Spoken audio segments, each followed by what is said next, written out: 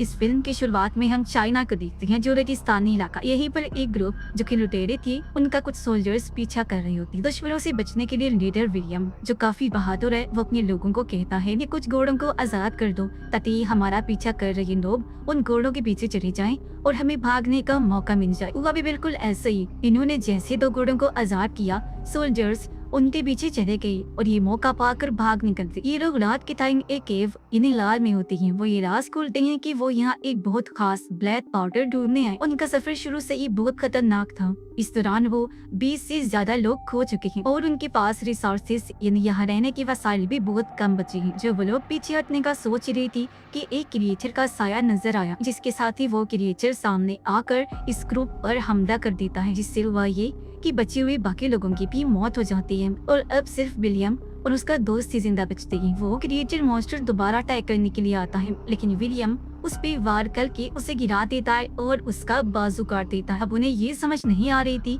कि हमने किस जानवर को मारा है, क्योंकि ये काफी अजीब सा था। खतरे की बनत उन्हें लग गई थी, इसलिए वो फैसला करते हैं कि फौरन वहाँ से निकल जाएंगे, क्योंकि उनका ये ठिकाना महफूज नहीं है जहाँ वो लोग रुके हुए। अगले दिन वो अपना सफर फिर से शुरू करते हैं, लेकिन सोल्जर्स उन्हें दोबारा ढूंढ लेती हैं। वो लोग बचकर भागने की बहुत कोशिश कर रही थी, जबकि दुश्मन उनके बिल्कुल पीछे होते हैं। दोनों आखिरकार चाइना के बाहरी इलाके में मौजूद एक बड़ी सी दीवार के पास पहुंचे, जो ग्रेट वॉल थी, जो इस फिल्म का नाम भी है। लेकिन फौरन ही उन पर तीरों की बारिश होने लगती, जिनसे वो बाल बाल बच पाते हैं। बचने का चांस बहुत कम बचा था, इसलिए विलियम फैसला करता है कि वो सोल्जर्स के हाथ लगने से भीतर चाइनीज के सामने सरेंडर कर दे, खुद को उनके हवाले कर दे, इस उम्मीद के साथ कि वो उनकी जान बख्श देंगे। ग्रेट वॉल के कमांडर्स हैरान रह जाते हैं जब वो जाइंट उस बड़े से कपड़े को देखते हैं जो विलियम साथ लाया होता है। कमांडर लिन सवाल करती है कि आखिर विलियम के पास ये कपड़ा कैसे आया। इस पर विलियम कहता है, मैंने एक क्रिएचर मॉन्स्टर को अकेले मारा है और मैं ये कपड़ा लेकर आया। ये सुनकर चाइनीज कमांडर्स हंसने लगी,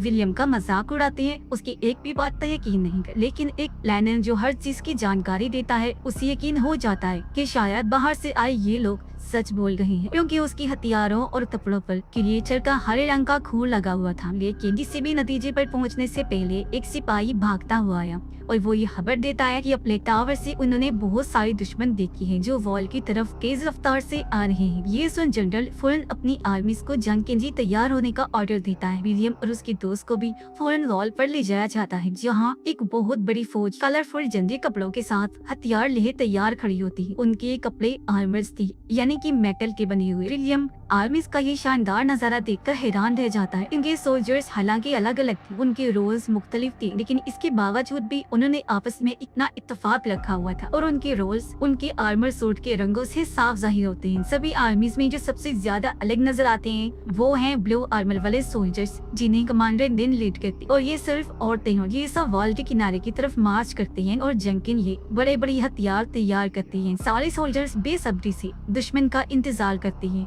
और तभी उनकी तवज्जो रोज से आ रही ग्रीन मॉन्स्टर्स की भीड़ की तरफ चली जाती है, जो वॉल की तरफ ही आ रहे होते हैं, क्योंकि यही ड्वेंसल उनके दुश्मन थे। मॉन्स्टर्स गुस्से में जोर जोर से धाड़ रहे थे और जाइंट वॉल के करीब आ रहे होते हैं। हालांकि सभी आर्मीज की तरफ से उन पर तीरों की बारिश भी की जाती है, लेकिन इसके बावजूद वो वॉल तक पहुँच ही जाते हैं। लो आर्मर वाली औरतें मॉन्स्टर की तरफ नीचे गिरती हैं और अपने हथियारों से उन पर वार करती हैं। ऐसा करने के बाद मर्द सोल्जर्स उन्हें जल्दी से वापस ऊपर खींच लेते हैं। इनकी बहुत कोशिशों के बावजूद बहुत सारे सोल्जर्स मॉन्स्टर्स के हाथों मारे जाते हैं। मॉन्स्टर्स उन्हें जिंदा ही निकल गए। थोड़ी देर बाद मॉन्स्टर्स की रानी भी दूर से आ रही होती है, जो अपने साथ बहुत सारे अपने मॉन्स्टर बॉडी गार्ड्स को भी ला रही थी, ताकि वो जंग को और ज्यादा अच्छी तरीके से करें और खतरनाक बनाए, जिसके बाद वो जीत जाए। और ऐसा तभी हो सकता था जब मॉन्स्टर रानी उनको कमांड करती, हुक्म देती और खतरनाक हमले करवाती। लैंडर जब ये देखता है तो जनरल को बताता है, जो फौरन अपने एक सोल्जर जो हथियारों का रखवाला था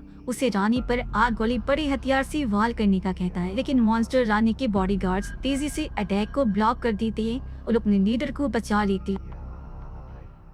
रानी गुस्से में जोर से धारती है और अपने साथी के जरिए बाकी मॉन्स्टर से राब्ता करती है। उन्हें ऑर्डर देती है कि सब कुछ बदल के रख दो और अपने ताकतवर जिस्म का इस्तेमाल करके वॉल पर चढ़ जाओ। ये हुक्म मिलते ही मॉन्स्टर्स बहुत तेजी से वॉल पर चढ़ जाते हैं और सोल्जर्स पर अटैक करना शुरू कर देते हैं। उन्हें अपनी जबरदस्त ताकत से वॉल से नीचे फेंक देते हैं। विलियम ये खतरा देखने के बाद अपने दोस्त के साथ जान बचाने की कोशिश करता है और हैरानी वाली बात ये थी कि यहाँ एक और बाहर से आया कैदी था जो उनकी रस्सियां फौरन उतार देता है और उन्हें आजाद कर देता है। एक सोल्जर देखता है कि उसका साथी मॉन्स्टर के हाथों मारा जा रहा है। हालांकि वो डर रहा था, लेकिन इसके बावजूद क्रिएचर पर अटैक करने भागता है, मगर जायक मॉन्स्टर उसे आसानी से पीछे धकेल देता है। जब वो मॉन्स्टर इस वाले क्रिएचर को मारने ही वाला होता है कि तभी विलियम हवा में कूदता है, एक नेजा पकड़ता है और क्रिएचर के मुंह में सीधा घुसा देता है। मॉन्स्टर जोर जोर से धाड़ने लगा और विलियम को पीछे धकेल देता है, लेकिन अपनी दोस्त की मदद से विलियम फिर से उस क्रिएचर पर वार करता है और दोनों मिलकर उसके दिल में वार करके उसे मार गिराते। विलियम का दोस्त जमीन पर पड़ी एक लाल कैप उठाता है और उसे हिलाकर दूसरे मॉन्स्टर का ध्यान अपनी तरफ करता है,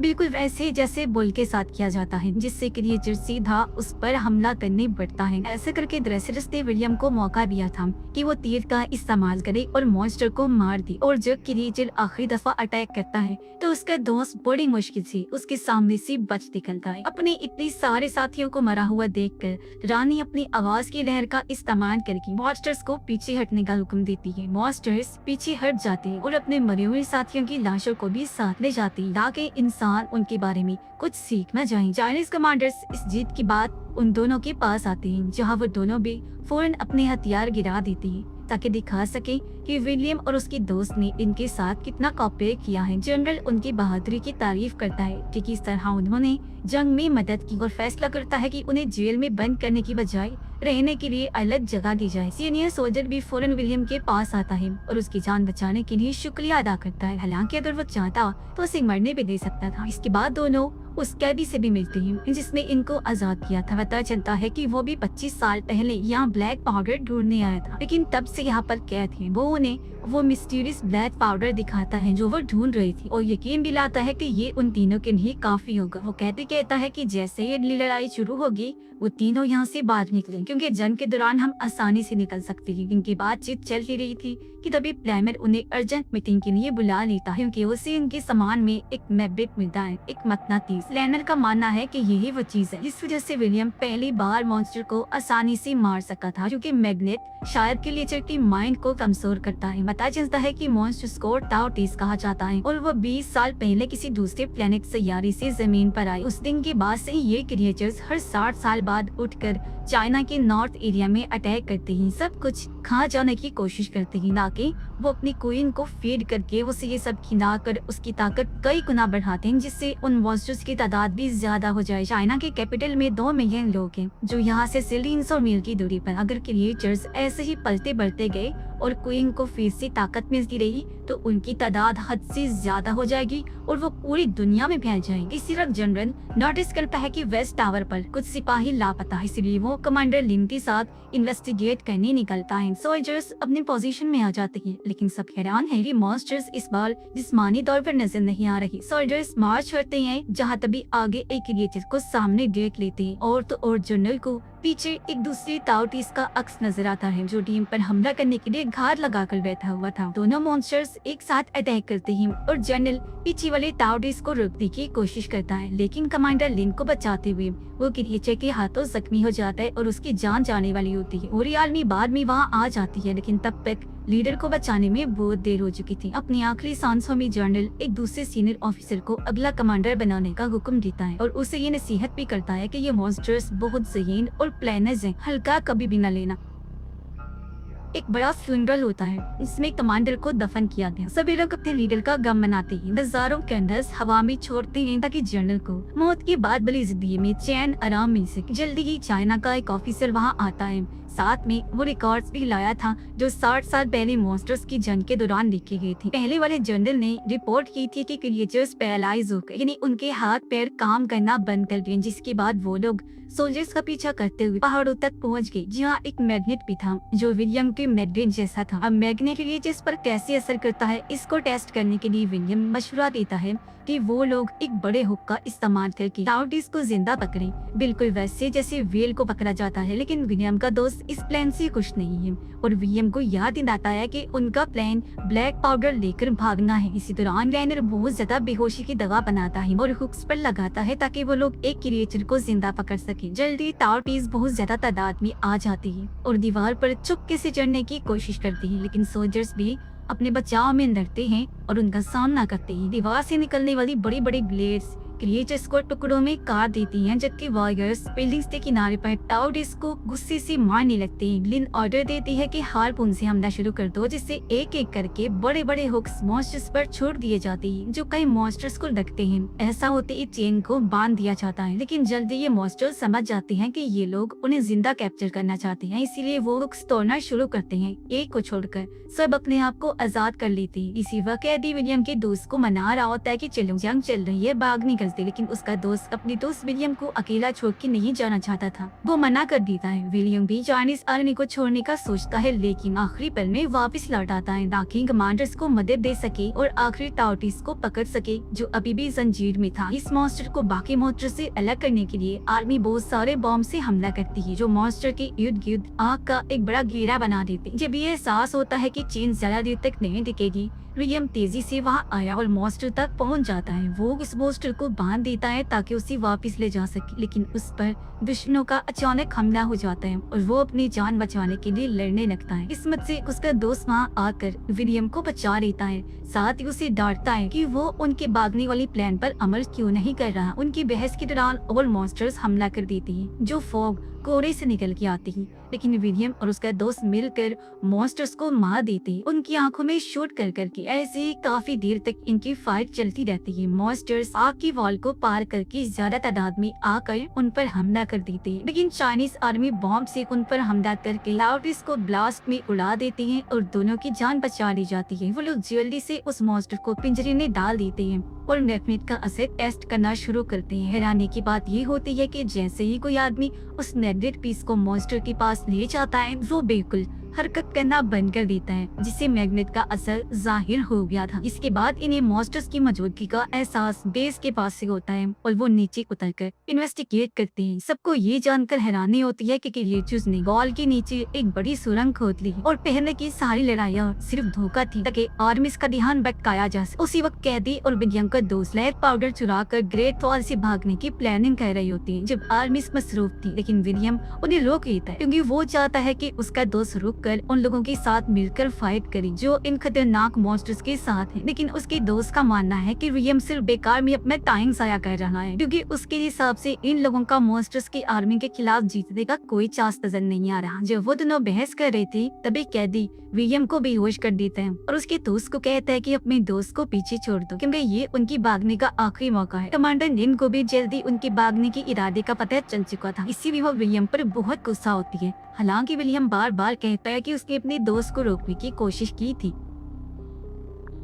अब कमांडर लिन का गुस्सा तभी थोड़ा कम होता है जब एक वॉरियर गवाही देता है कि हाँ उसने विलियम की बातें सुन ली थी जब वो अपने दोस्त को भागने से रोक रहा था। लिन फौरन ऑर्डर देती है कि गद्दारों को कैद कर दिया जाए और विलियम को एक सेल में लॉक कर दिया जाता है ताकि वो आर्मी के प्लान्स में और दखलंदाजी ना कर सके। टाउटीज तक पहुँचने के लिए लिन फैसला करती है कि वो गर्म एयर बैलून्स का इस्तेमाल करे, लेकिन ये चीज अभी तक टेस्ट नहीं की गई थी और उसको चलाने वालों के लिए बहुत खतरा बन सकता है। लेकिन लिन फिर भी ऐसा करने का हुक्म दे देती जिसमें कई लोग मारे जाते हैं जब वो ब्लैक पाउडर से बनाए गए फ्यूल से बैलून्स को आसमान में उठाने की कोशिश करते हैं और सिर्फ कुछ ही सोल्जर्स बचते हैं जो कैपिटल की तरफ निकल पड़े। थोड़ी देर बाद विलियम को छोड़ दिया जाता है और वो फौरन भागकर बाहर आता है जहाँ एक बैलून अभी भी छोड़ा हुआ था। वो पूछने की कोशिश करता है कि क्या हुआ है। तब प्लानर उसे बताता है कि वो टाउटीज को रोकने में फेल हो गई है जो इस वॉल को तोड़ने में लगे हुए, और तभी कमांडर लिन ने विलियम को आजाद करने का ऑर्डर दिया है क्योंकि वो खुद कैपिटल की तरफ निकल गई है। प्लानर विलियम को बताता है कि अब उनकी सिर्फ एक ही उम्मीद विन को मारना, क्योंकि उसकी मौत से उसके सारे मॉन्स्टर साथी जाम हो जाएंगे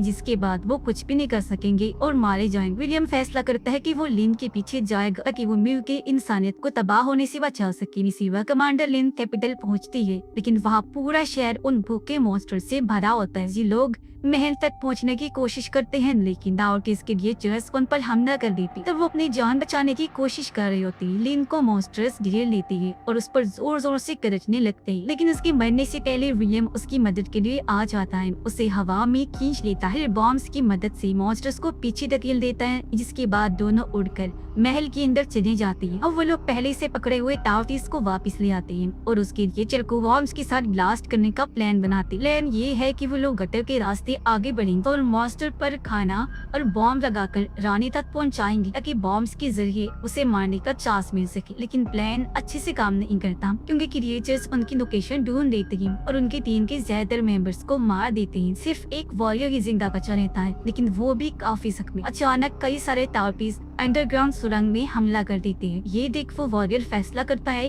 कि वो अपनी जान देकर बॉम्ब्स को एक्टिवेट कर देगा, मॉन्स्टर्स को उड़ा देगा और ये रास्ता ब्लॉक करेगा। अब टाइम जाया ना करते हुए वॉरियर फौरन बार का दरवाजा खोलता है और वो मॉन्स्टर जो बॉम्ब से बंधा होता है उसे छोड़ देता है। क्रिएचर का जैसे मैग्नेट हटा देते हैं, वो फौरन जाग जाता है और बिल्कुल प्लान के मुताबिक वो दिया गया मांस खाने लगता है और सीधा बाहर भागता है ताकि अपने क्वीन को ले जा सके। तीनों लोग टावर के अंदर पहुंच जाते हैं और वॉरियर दरवाजे पर रुककर मैग्नेट की देखभाल कर रहा। विलियम और लिन ऊपर की तरफ भागते हैं ताकि बॉम्ब्स का अच्छा सा शूट कर सके। विलियम क्वीन पर बॉम्ब वाले तेज से हमला करता है, लेकिन बॉडीगार्ड्स उस अटैक को ब्लॉक कर देते। ये वापस मुड़कर हवा में फट जाता है और मॉन्स्टर्स अलर्ट हो जाते। विलियम फौरन टावर के और ऊपर चढ़ने लगता है ताकि दोबारा कोशिश कर सके, लेकिन क्वीन अपने सब साथियों को बिल्डिंग पर अटैक करने का ऑर्डर देती है, जिसकी वजह से सारे मॉन्स्टर्स टावर के अंदर घुस जाते हैं। इस दौरान वॉरियर मैग्नेट को अपने साथी की तरफ फेंकता है और खुद मॉन्स्टर के हाथों मारा जाता है। विलियम दूसरी बार शूट करने की कोशिश करता है, लेकिन क्रिएचर्स फिर से तीर को ब्लॉक कर देते हैं